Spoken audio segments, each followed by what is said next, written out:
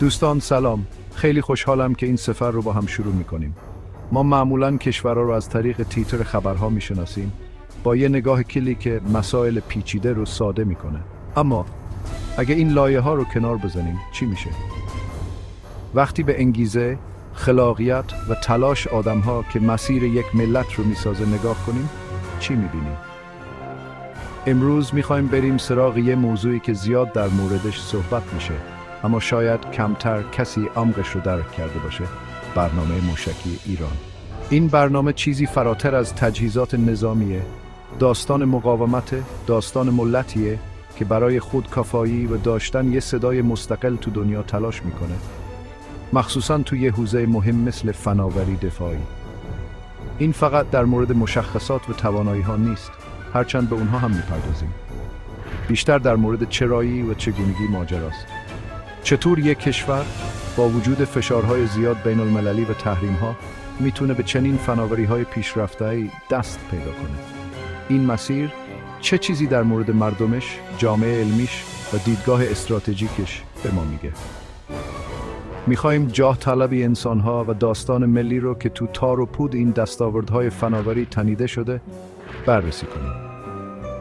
در این ویدیو به بررسی 7 دستاورد کلیدی نظامی ایران در صنعت موشکی بعد از دهه حضرت میپردازیم. ازتون میخوام با ذهن باز به این موضوع نگاه کنید. برای یه لحظه فراتر از بازی‌های سیاسی برید و مسیری که این پیشرفت‌ها طی کرده رو ببینید. میخوایم به نقاط عطف مشخصی نگاه کنیم. مدارک ملموسی از سفری که ده‌ها طول کشیده. این داستان علم، مهندسی و تلاش بیوقفه برای رسیدن به توانمندی، داستانی که خیلی چیزها در مورد اراده یک ملت برای تعیین سرنوشت خودش توی دنیای پرآشوب میگه.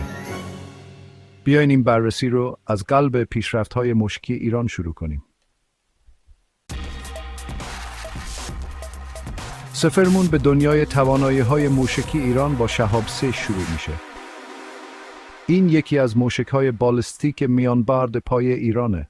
یک قدم اولیه مهم که میتونه کلاهک‌های مختلفی حمل کنه.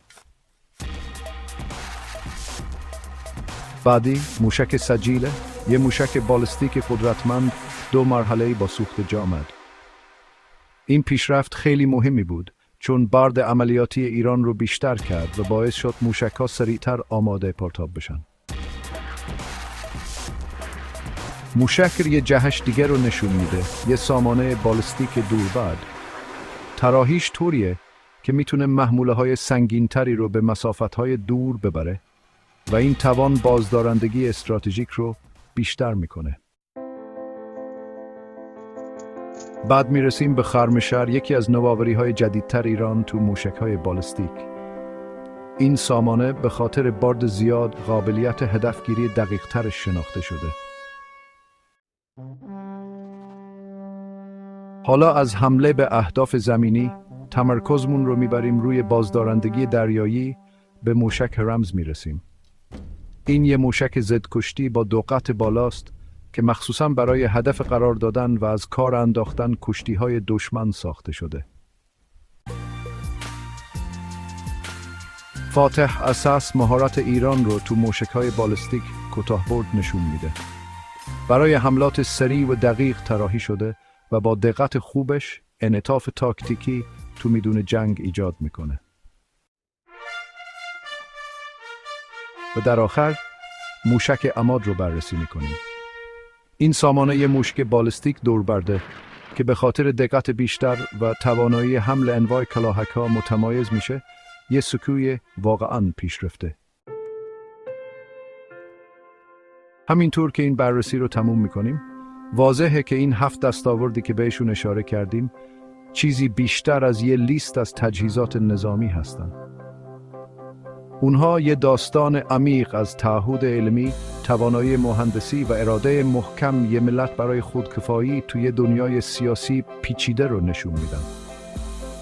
هر موشک داستان پشت سر گذاشتن چالش‌ها و جلو بردن مرزهای توسع فناوری بومی رو تعریف میکنه. اونم اغلب با وجود محدودیت‌های زیاد خارجی.